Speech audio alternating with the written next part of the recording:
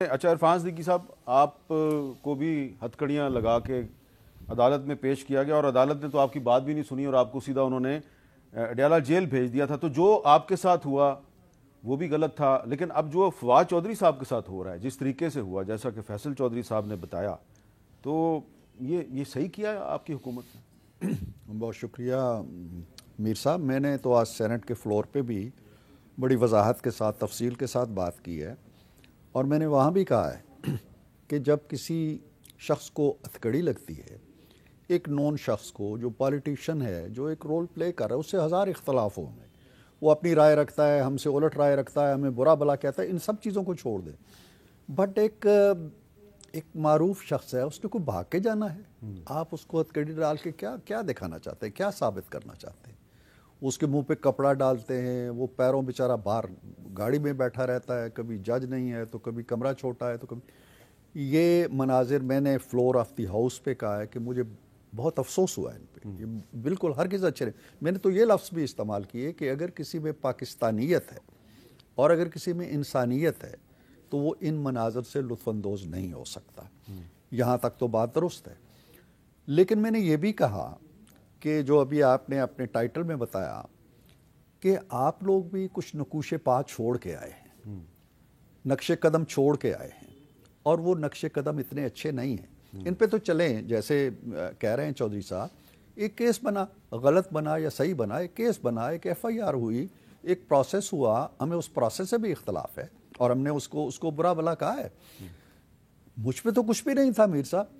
مجھے تو آدھی رات کو ان کے دور حکومت میں جب ان کی حکمرانی کا سورج سوا نیزے پہ کھڑا تھا، اور اس وقت میں نے کہا جی کہ ریاست مدینہ بھی بن چکی تھی، تبدیلی بھی آ چکی تھی، نیا پاکستان بھی بن چکا تھا، آئین بھی نیا ہو گیا تھا، ریاست مدینہ کا پورا جاؤ جلال تھا، خلفائے راشدین کا نظام تھا، اور مجھے آدھی رات کو اٹھا کے میرے پاؤں میں رف چپل ہے اور مجھے جا کے حوالات میں ڈالتے ہیں، اگلے دن ہتھکڑیاں ڈالتے ہیں اور قصوری چکی میں ڈال دیتے ہیں.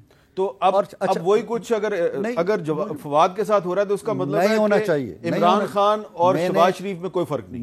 میں یہ نہیں کہہ رہا. میں یہ کہہ رہا ہوں کہ اگر کسی نے قانون کی خلاف ورزی کی ہے، میں تو اپنی اور ان کی ایکویشن بنا نہیں رہا. مجھ پہ تو کوئی کیس ہی نہیں تھا نا. ٹھیک ہے، ان پہ تو ایک کیس ہے، ایک نظام قانون ہے، نظام انصاف ہے، اس میں سے گزاریں، تذلیل نہ کریں. میں یہ کہہ رہا ہوں. دوسری بات جو آخری میں کہنا چاہتا ہوں کہ مجھے افسوس اس بات کا نہیں ہوا کہ انہوں نے کیا کیا میرے ساتھ.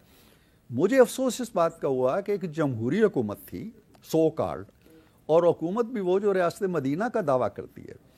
میر صاحب، آج کے دن تک عمران خان صاحب نے، ان کی کابینہ کے کسی وزیر نے، پی ٹی آئی کے کسی رکن نے، یہ شہزاد وسیم میرا سٹوڈنٹ رہا ہے، اس نے یا کسی بھی شخص نے، ڈی سی نے، ڈی آئی جی نے، آئی جی نے مجھ سے اظہار افسوس نہیں کیا جی کہ یہ غلط ہوا ہے. چلیں یہ آپ نے، ہم تو فلور آف دی ہاؤس پہ کہتے ہیں کہ غلط ہے. ہاں، تو یہ ان کا ظرف ہے، ہمارا یہ ظرف ہے، اور ہم یہ سمجھتے ہیں. اور ساتھ ہی مجھے یہ بھی کہنے دیجئے کہ یہ بھی کوئی طریقہ نہیں ہے. انسان کی فضیلت کیا ہوتی ہے کہ اللہ تعالیٰ نے گفتگو کا سلیقہ دیا ہے اس کو، وہ کلام کرے ٹھیک طریقے سے.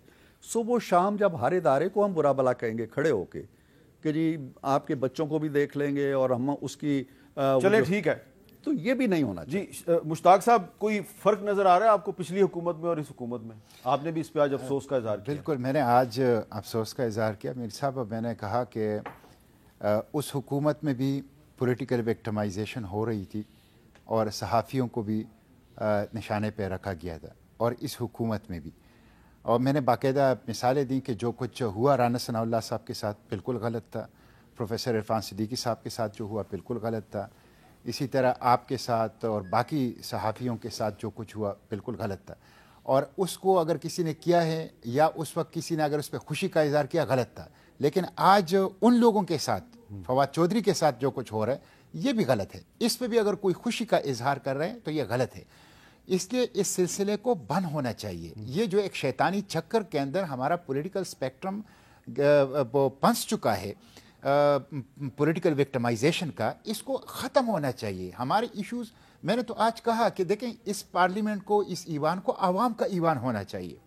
بلوچستان کی حالت کو آپ دیکھ لیں ٹیررزم ایک بہت بڑے چیلنج کی طور پہ سامنے آئے ہیں خیبر پختونخوا کے اندر.